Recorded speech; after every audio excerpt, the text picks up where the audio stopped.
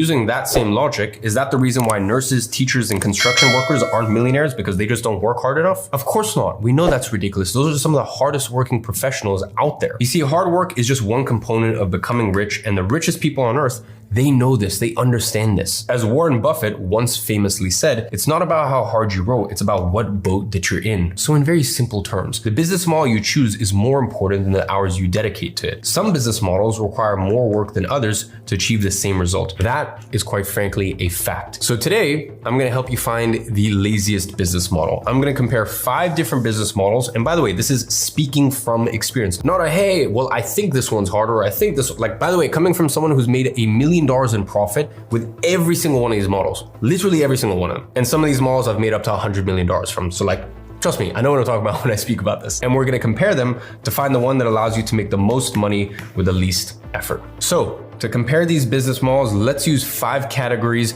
to accurately assess which business model is truly the laziest. The first one is upfront capital. Now, the capital category measures the minimum dollar amount you need to spend to start the business and get it off the ground. Next is scalability. Now, scalability measures your ability to make more money without doing additional work. Next, we look at fulfillment. Now, fulfillment measures how challenging it is to deliver whatever it is that you're selling. Next, we look at risk. Now, different business models have various levels of risk. Risk is usually linked to time and capital. And by the way, I am not a fan at all of risk when it comes to starting a business. Now, later on in your life, you can take big bets. A lot of times when I start companies, or even my existing businesses, the other day we sent a $500,000 wire for our next batch of product for the eyewear company. Or for example, when I started Big Day, my consumable brand, we put almost $1 million into stock just from the get-go. And as time goes on, you can put more risks into these businesses. These days, I'm taking very, very big risks in terms of my capital, in terms of how much money I'm investing in businesses. That's really what I've been doing the majority of last year in my free time, is just buying up a lot of companies. And usually each month I reveal one of those. I'm sure some of you guys saw, I took a major stake in a company called Walp as a co-owner, whether it be that or another one of my companies, Lyra, that I invested in last year. I'm currently a shareholder in that company. We just got accepted into Y Combinator. And in a few months, when we open up our first official round,